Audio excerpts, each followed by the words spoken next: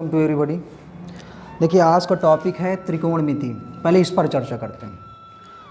त्रिकोणमिति क्या है कि पहले एक एक इसकी विस्तृत जानकारी लेते हैं, क्योंकि ऐसा होता है कि त्रिकोणमिति चाहे जितनी भी पढ़ जाए पर बच्चों की एक ही समस्या बनी रहती है कि त्रिकोणमिति कहते हैं कि कठिन ही लगती है। ऐसा हुआ है क्योंकि अभी देखो जनवरी चल ही रही है और कोर्स जो है लगभग हाई स्कूल का जो है अंत की ओर है, ख़त्म हो चुका है। जो लोग पढ़ते रहे बराबर उनकी बात कर रहे हैं। और फिर भी उनमें से कुछ बच्चे हैं जिनकी त्रिकोणमिति अभी भी नहीं पढ़ी या फिर पढ़ गई है तो समझ में नहीं आ रही। मतलब कई कंडीशंस हैं, पढ़ भी गई है तब भी नहीं आ रही, या नहीं पढ़ी है तब भी देखते हैं। तो इसको अगर बिल्कुल शुरुआत से देखते हैं, एक एक डिटेल में देखते हैं, तो एक एक चीज़ क्लियर हो जाएगी। तो चलिए शुरू करते हैं। त्रिकोणमिति, त्रिकोणमिति को इंग्लिश में बोलते हैं ट्रिग्नोमेट्री। एक एक पॉइंट क्लियर करना है। जैसे कि अभी कहा हमने, पहला पॉइंट क्या है कि त्रिकोणमिति गणित की एक अहम शाखा है। मतलब ये तो सत्य है कि एक अहम शाखा है, इसके बिना कोई भी गणित पूर्ण नहीं होती है। जैसे बात करते हैं, पहले ये टॉपिक जो था 9th में था और अभी कुछ वर्षों से इस टॉपिक को 9 से हटा दिया गया है और इसको स्टार्ट कक्षा 10 से किया गया है, यानी हाई स्कूल से किया गया है। और हाई स्कूल में भी उतना ज़्यादा विस्तृत नहीं है, छोटा सा कोर्स रखा गया है, बिल्कुल छोटा सा। हाई स्कूल के बाद फिर 11th में भी मिलेगी पढ़ने को और इंटर में भी मिलेगी, यानी 10, 11, 12 तीनों क्लासेज में मिलेंगी। इसके अलावा और भी कंपटीशन लेवल जैसे कि एसएससी है, रेलवे या फिर अदर जितनी भी हैं, सब में त्रिकोणमिति ज़रूर मिलेगी। तो अगर इसको कक्षा 10 से ही कायदे से ना पढ़ा जाए तो बेकार है, क्योंकि फिर इसके बाद समझ में नहीं आती। क्योंकि देखा गया है कि जो कंपटीशन लेवल पढ़ने जाते हैं वो त्रिकोणमिति में बराबर अटकते रहते हैं। उसका कारण ये होता है कि उन्होंने बचपन में अच्छे से पढ़ा नहीं, यानी कि हाई स्कूल में अच्छे से नहीं पढ़ा है। तो इसलिए ज़रूरी है कि अच्छे से इसको पढ़ लेते हैं। तो ये जो टॉपिक लेके चल रहे हैं हम, हाई स्कूल के हिसाब से लेके चल रहे हैं, क्लास 10th का है, यानी क्लास 10th की ट्रिग्नोमेट्री पढ़ेंगे और पूरे एक एक सवाल, एक एक प्रश्नावली को अच्छे से समझ के करेंगे। बस इतना है। तो अभी देखा गया कि त्रिकोणमिति गणित की एक अहम शाखा है, जिसके अंतर्गत समकोण त्रिभुज के, एक शब्द फिर आया, समकोण त्रिभुज के भुजाओं और कोणों के मध्य संबंधों का अध्ययन किया जाता है। जो एक एक शब्द को अच्छे से पढ़ता है वही कुछ करता है अच्छा काम। जैसे यहाँ पे समकोण त्रिभुज आया, अब कुछ लोगों को ये भी तक नहीं पता होता है कि समकोण त्रिभुज है क्या, और बराबर पढ़ते चले जाते हैं। तो समकोण त्रिभुज पहले जान लेते हैं, तो ये वाली लाइन जो है और क्लियर हो जाएगी। समकोण त्रिभुज क्या होता है कि एक त्रिभुज कोई भी ले लो, किसी एक त्रिभुज का कोई एक कोण अगर 90 अंश का है, जैसे हमारे पास एक त्रिभुज, इसको देख रहे हैं बराबर, कि ऐसा एक त्रिभुज जिसका कोई एक कोण अगर 90 अंश का है तो वो कौन सा त्रिभुज कहलाता है? समकोण त्रिभुज।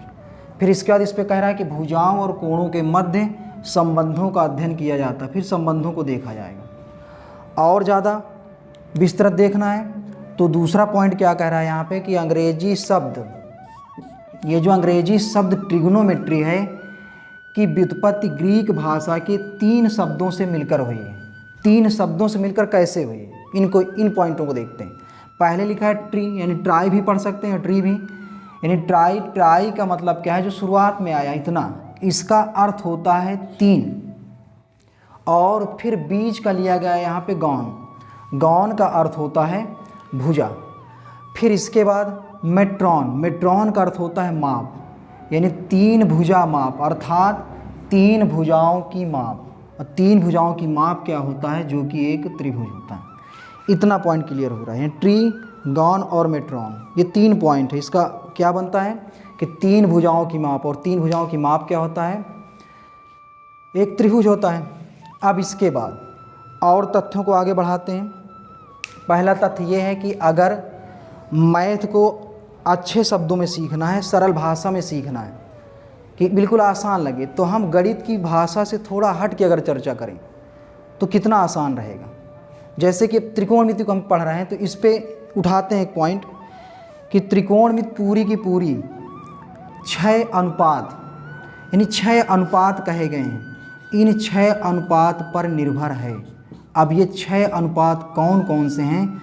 अगर इन अनुपातों को अनुपात ना माने, एक सरल भाषा में एक भाई कह दें, तो भाई कहने से क्या होगा कि और सरल हो जाएगी। अगर अनुपात कहते हैं, इसके बाद बच्चे क्या करते हैं कि फार्मूला याद करने में ही उनको बड़ी दिक्कत होती है। जब फार्मूला नहीं याद कर पाएंगे तो फिर सवाल थोड़ा सा ही कठिन हो जाते हैं, क्योंकि त्रिकोणमिति का अगर दूसरा नाम देते हैं तो केवल सूत्र है, फार्मूला है। इसलिए इसको कुछ ऐसा पढ़ते हैं कि बिल्कुल सरल लगे। जैसे कि अभी बताया कि 6 अनुपात को अनुपात न कह करके भाई कहें। जैसे कि हम देखते हैं पहले 6 अनुपात कौन कौन से हैं त्रिकोणमिति में। तो त्रिकोणमिति का पहला अनुपात है साइन, देखो शार्ट में बात करेंगे, साइन। और फिर है दूसरे नंबर पर कास, टैन, काट, सेक और कासेक। ये जो 6 अनुपात हैं, इन्हीं 6 अनुपातों पर पूरी त्रिकोणमिति जो है डिपेंड है, पूरी त्रिकोणमिति। अब ये 6 अनुपात को अभी बताया गया कि अगर सरल करना है तो भाई मान के चलें। अगर भाई मान के चलते हैं इन 6 को, यानी 6 भाई अगर भाई मान के चलेंगे तो इनसे निर्मित जितने भी सूत्र हैं याद करना बिल्कुल आसान हो जाएगा, एक माइंड में ऑटोमेटिक ट्रिक बन जाएगी। तो देखते हैं कैसे कि इसमें से सबसे बड़ा भाई मानते हैं साइन को, फिर कास को, फिर टैन, काट, सेक और कासेक। अब भाई भाई हैं, खटपट हो ही जाती है, जैसा कि सभी जानते हैं। भाइयों में ज़रूर लड़ाई हो जाती है, मतलब सब में नहीं, ज़रूरी नहीं है, लेकिन कुछ ना कुछ जो होते हैं मेल नहीं खाते हैं, लड़ाई हो जाती है। और जहाँ लड़ाई हुई वहीं दुश्मनी हो जाती है। और दुश्मनी का मतलब क्या होता है? दुश्मनी की एक स्पष्ट परिभाषा या शत्रुता की एक स्पष्ट परिभाषा है कि वो जो है एक दूसरे के विपरीत चलते हैं। लेकिन इनमें से 6 भाइयों में सब में लड़ाई हुई या कैसे हुई तो इनको जानते हैं। इस तरफ से अगर गिने ऊपर की तरफ से तो पहला नंबर इसका आता है, और इस तरफ से अगर देखें नीचे से तो पहला नंबर इसका आता है। या फिर भाइयों की दृष्टि से देखें तो सबसे बड़ा और सबसे छोटा, यानी कि सबसे बड़े भाई और सबसे छोटे भाई में दुश्मनी हो जाती है, इन दोनों में शत्रुता हो जाती है, साइन और कासेक में। या फिर ऊपर से पहले नंबर की और नीचे से पहले नंबर के बीच में शत्रुता हो जाती है। और शत्रुता का मतलब क्या होता है कि दोनों एक दूसरे के उल्टा चलेंगे, विपरीत चलेंगे। विपरीत कैसे? ये लिखा है साइन। अगर साइन सीधा रहेगा तो शत्रुता की वजह से कासेक उसका तुरंत उल्टा चलेगा। नहीं, दुश्मनी का मतलब क्या है? ये देखिए, साइन अगर सीधा है तो कासेक उल्टा है। अब उल्टा कैसे? तो गणित की भाषा में उल्टा समझ लेते हैं। पहले क्या होता है? 1 के बटे। मैथ की भाषा में क्या होता है? उल्टा का मतलब कि 1 के बटे। तो क्या बताया गया कि शत्रुता का मतलब होता है उल्टा। अगर साइन सीधा सीधा खड़ा है तो उसका शत्रु कासेक सीधा सीधा उल्टा हो गया, अर्थात 1 के बटे हो गया। मान लीजिए कभी कभी कासेक सीधा खड़ा हो जाए, कासेक, तो फिर साइन उल्टा हो जाएगा। ऐसा क्यों? क्योंकि ये दोनों एक दूसरे के शत्रु हैं। एक सीधा तो दूसरा उल्टा हो जाएगा, अगर दूसरा उल्टा तो पहला वाला सीधा हो जाएगा। इस तरह चलते हैं। फिर इसके बाद और समय बढ़ता गया, इन दोनों के बीच में शत्रुता हो गई। कैसे? ऊपर से दूसरा स्थान पाने वाला, नीचे से दूसरा स्थान पाने वाला। या फिर भाइयों की दृष्टि से देखते हैं तो मंझला भाई, बड़े की तरफ से मंझला भाई, छोटे की तरफ से मंझला, इन दोनों के बीच में शत्रुता हो गई। तो शत्रुता की सीधी सीधी परिभाषा होती है कि एक दूसरे के उल्टा कार्य करना। और गणित की भाषा में उल्टा क्या है? 1 के बटे। तो पहले है कास। तो कास अगर सीधा खड़ा है तो सबको जान चुका है कि अब सेक इसका उल्टा चलेगा, सेक उल्टा हो गया। अगर सेक सीधा हो जाता है तो फिर ये कास उल्टा हो जाएगा। ये देखिए कितने आसान से शब्दों में सूत्र भी बनते जा रहे हैं और कहानी भी अच्छी लग रही होगी। फिर इसके बाद ये देखा जाता है कि 4 भाई आपस में बराबर लड़ रहे हैं। तो बीच वाले दोनों भाइयों ने सोचा, चलो कहा जब हमारे 4 भाई लड़ रहे हैं तो हम दोनों क्यों मित्र बने या भाई बने, हम भी शत्रु बन जाते हैं। तो इन दोनों ने क्या किया? इन्होंने आपस में दुश्मनी कर ली। तो वही सिचुएशन बनी कि अगर अब शत्रुता हो चुकी है तो टैन अगर सीधा होगा तो काट इसका उल्टा हो जाएगा। तो काट इसका उल्टा हो गया। अगर काट सीधा चलता है तो फिर टैन इसका उल्टा चलेगा। इस प्रकार इन दोनों को भी देखते हैं। टोटल अगर देखा जाए तो 1 2 3 4 5 6 सूत्र बन जाते हैं। ये 6 सूत्र हैं तुम्हारे सामने। और इनको लोग याद करते रहते हैं और भूलते रहते हैं। ये बात हम कर रहे हैं कमज़ोर बच्चों की। जो पढ़ने में ठीक ठाक है उनको तो कोई दिक्कत नहीं, लेकिन जो कमज़ोर हैं उनको भी अब बड़ा क्लियर समझ में आएगा, एक एक पॉइंट अच्छा समझ में आएगा। तो ये थे 6 भाई, इनसे सूत्र बनते गए। इसके बाद और सूत्रों का भी निर्माण होता है, पर सूत्र जानने से पहले एक सारणी बना लेते हैं। ये सारणी भी कन्फ्यूजन में रहती है बच्चों के हमेशा कि किसका कितना मान होता है। जैसा कि जान चुके हैं त्रिकोणमिति में 6 अनुपात हैं, या फिर अपनी सरल भाषा में कहें कि 6 भाई। जैसे कि पहला भाई था साइन, साइन के बाद आया कास, टैन, काट, सेक और कासिक, ये 6 भाई। अब इस पे दिक्कत कहाँ आती है बच्चों को कि साइन 30 का मान क्या होता है, साइन 0 का मान क्या होता है, या फिर टैन 45 का मान क्या होता है। कुछ भी ज़रूरी नहीं, tan 0, tan 30, tan 45, tan 60, tan 90, इनका मान याद करने में लोग कंफ्यूज रहते हैं हमेशा। तो इनका याद करने से बचने के लिए ऐसा ना हो कि हम बनाना सीख लें, तो कितना आसान रहेगा। लेकिन बनाते कैसे हैं उसको देखते हैं। सबसे पहले यहाँ पे पॉइंट देख रहे हैं 1 2 3 4 5 पॉइंट हैं, तो स्टार्टिंग 0 से कर देते हैं। स्टार्टिंग 0 से कर देंगे, और 0 के बाद फिर 1, फिर 2 3 4, तो 1 2 3 4 5 पॉइंट यहाँ पे भी हैं, 5 पॉइंट दिखा दिए गए। इसके बाद पाँचों पॉइंट्स में 4 का भाग देंगे। एक तरीका है बनाने का, 4 का भाग देंगे। फिर इसके बाद सब में करणी चिन्ह लगाएंगे, ऐसे सब में करणी चिन्ह लगाया जाएगा। इसके बाद देखिए क्या होने वाला है कि अगर 4 का भाग शून्य में देते हैं तो शून्य आएगा, और शून्य का वर्गमूल अगर निकाला जाएगा तब भी शून्य आएगा। तो ऐसे करके शून्य आया, इसका मतलब साइन 0 का मान 0 आया।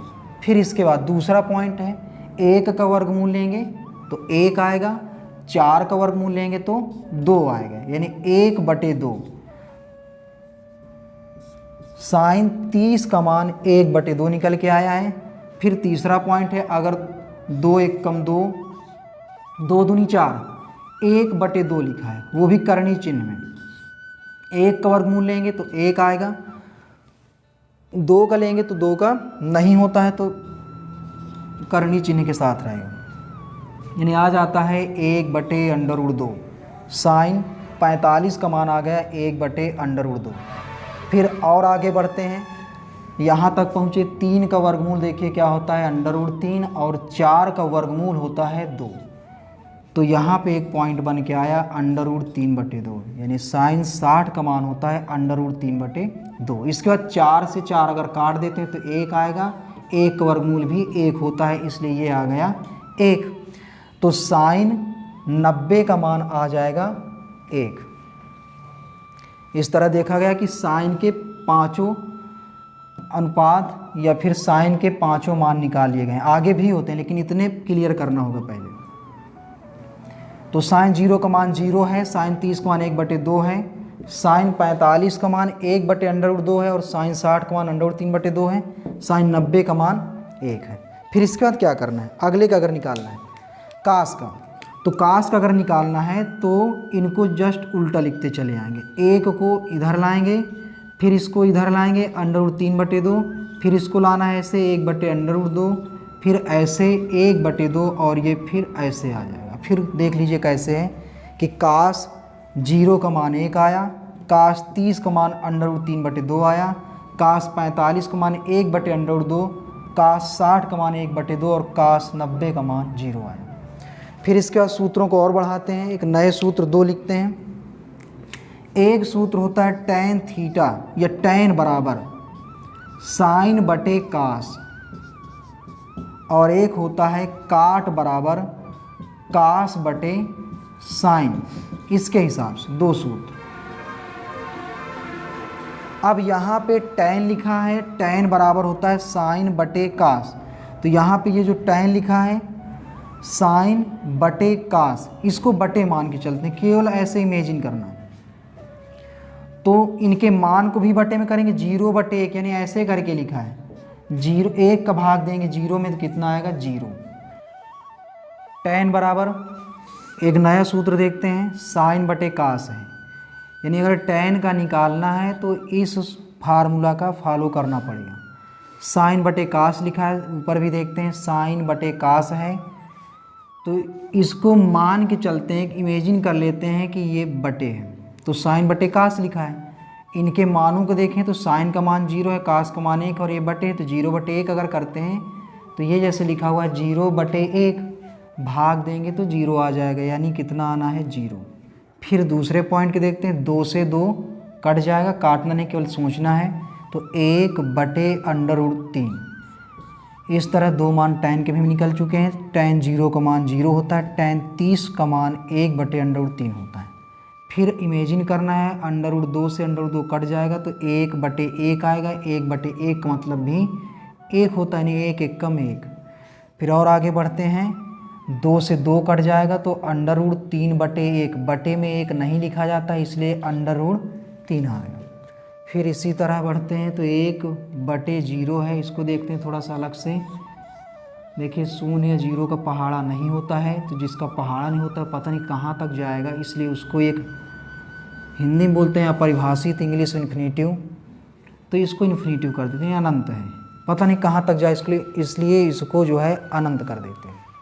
फिर क्या है, वही ट्रिक है कि इधर वाले इधर लाएंगे, अनंत हो गया, फिर √3 आएगा, फिर 1 आया, 1/√3 आया और फिर 0 आया। फिर इस तरह देखा गया कि काट के मान भी निकल आए हैं। काट 0 का मान अनंत है या इन्फिनेटिव है, काट 30 का मान √3 है, काट 45 का 1 है, काट 60 का 1/√3 है और काट 90 का मान 0 है। अब ये जो सूत्र बना है इनके हिसाब से अगर सेक का निकालने, सेक को देखिए और सेक को फिर से देखते हैं, सेक की सेक जो है 1/कास, सेक कास का उल्टा चलेगा, तो कास का मान है, इसी को देख लो, तो इसका उल्टा करना है, तो उल्टा का मतलब गणित की भाषा में जैसे कि बताया कि 1 के बटे होता है, इसलिए 1 के बटे करेंगे तो 1/1 का मतलब क्या आएगा, 1 आएगा। उल्टा कर दीजिए 2/√3, क्योंकि सेक कास का उल्टा होता है तो इनके मानों को भी उल्टा कर दीजिए, ऊपर वाला नीचे, नीचे वाला ऊपर हो जाएगा, √2, फिर ये ऊपर पहुंचेगा, नीचे 1 नहीं लिखा जाता है, फिर ये उल्टा करेंगे तो उल्टा कैसे, 1/0, उल्टा का मतलब 1 के बटे में होता है, तो अब 0 का पहाड़ा फिर नहीं होता, तो जिसका पहाड़ा नहीं होता है वो कहाँ तक जाता है, अनंत तक, अपरिभाषित तक। फिर वही ट्रिक है कि इसको इधर लाएंगे, फिर इसको इधर लाएंगे, फिर ऐसे आएगा, ये ऐसे है और अंत में देखते हैं ये ऐसे। फिर से देख सकते हैं, कासेक 0 का मान अनंत है, कासेक 30 का मान 2 है, कासेक 45 का मान √2, कासेक 60 का है 2/√3 और कासेक 90 अंश का मान है 1। इस तरह ये सारणी हम बना सकते हैं, क्योंकि याद करने में क्या है कि बच्चे हमेशा कंफ्यूज रहते हैं और माइंड में हमेशा डाउट बनी रहती है कि साइन 30 का क्या था, कास 60 का क्या था, इनमें ये शंका ना आने पाए। आराम से इसको बना लेंगे, 1 या 2 बार बनाएंगे तो बड़े आराम से खुद स्वयं सीख जाएंगे जैसे भी। इसके बाद और देखते हैं 6 अनुपात, फिर से साइन, कास, टैन, काट, सेक, कासेक, 6 अनुपात मतलब 6 भाई हैं। इनके साथ कुछ ऐड किए जाते हैं, जैसे कि थीटा इनके साथ लगाते हैं तो क्या बनेगा, sine theta, cos theta, tan theta और ऐसे, या फिर कहीं कहीं पे फाई लगा मिलेगा, फाई जो इस प्रकार प्रदर्शित की जाती है, अल्फ़ा भी, बीटा, गामा, या फिर अल्फ़ाबेट पूरे दिखाए जाते हैं, अल्फ़ा बीटा गामा भी लगाए जाते हैं। तो इनमें से सबसे प्रमुख है थीटा। थीटा को अगर लेके चलते हैं तो एक सूत्र होता है जिसको लोग याद करने में हमेशा कंफ्यूज रहते हैं, इसमें भी, तो उसको सरल करने के लिए क्या है, हालांकि मैक्सिमम लोग जानते भी हैं और सरल करते हैं, तो वो बनता है LAL बटे KKA, ऐसे करके। मतलब कितना स्पष्ट शब्दों में अगर पढ़ा जाए तो लिखा है लाल बटे कक्का, कक्का लिखा नहीं लेकिन मान के चलना है, लाल बटे कक्का। अब इनके सूत्र कैसे बनाना है कि L मतलब समझना है लंब, ये A मतलब समझना है आधार, इंग्लिश में बेस, और K मतलब समझना है कर्ण। तो उसके हिसाब से सूत्र कैसे बनाने, जैसे कि देखते हैं साइन, सबसे पहले क्या आता है साइन, तो ये लिखा है साइन, इस पर एक लेके चलते हैं थीटा, तो साइन थीटा का सूत्र क्या बनेगा, सबसे पहला भाई है, सबसे बड़ा भाई है, सबसे पहला अनुपात है, तो उसी हिसाब से सबसे पहला ऐसे देखते हैं बांट के, एल मतलब लंब है, इसका मतलब बटे समझेंगे, के मतलब कर्ण है, तो लंब बटे कर्ण, तो साइन थीटा का सूत्र क्या बन गया, लंब बटे कर्ण, ये हुआ पहला। दूसरा देखेंगे कास थीटा, तो कास थीटा दूसरे नंबर पर आता है, तो इसका कैसे बनेगा, तो दूसरे नंबर का ले लेते हैं ए बटे के, ए मतलब क्या होता है आधार, बटे के मतलब है कर्ण, तो इसका बन जाएगा आधार बटे कर्ण, आधार बटे कर्ण। तीसरा देखते हैं, तीसरे नंबर पर है टैन, तो टैन थीटा लेके चलते हैं इसके साथ, तीसरे नंबर पर है, तो एल मतलब है लंब बटे ए मतलब आधार, तो ये बन जाएगा लंब बटे आधार। फिर टैन के बाद आता है यहाँ पे काट, या तो शत्रुता के हिसाब से बना लें सूत्र, या फिर इसी लाल बटे कक्का में देखते हैं, काट को देखना है, काट कैसे है, काट, तो अब यहाँ तक आए थे लंब बटे आधार तक, तो जब काट आए तो इसी को जस्ट उल्टा कर दो जहाँ पे आए थे, तो आधार बटे लंब, इसका बन जाएगा आधार बटे लंब। फिर काट के बाद आता है सेक, तो सेक का क्या बनेगा, अब इसका उल्टा कर दीजिए, सीरियल ऐसे पहले ऐसे ऐसे जाना है, फिर ऐसे ऐसे आना है, तो कर्ण बटे आधार, तो ये बन जाता है कर्ण बटे आधार, एक ये बना, फिर ऐसे से आ रहा है, तो फिर बनेगा लास्ट में कासेक का, तो कासेक थीटा, कासेक थीटा और बन जाएगा कर्ण बटे लंब, ये हो जाता है कर्ण बटे लंब। इस तरह देखे गए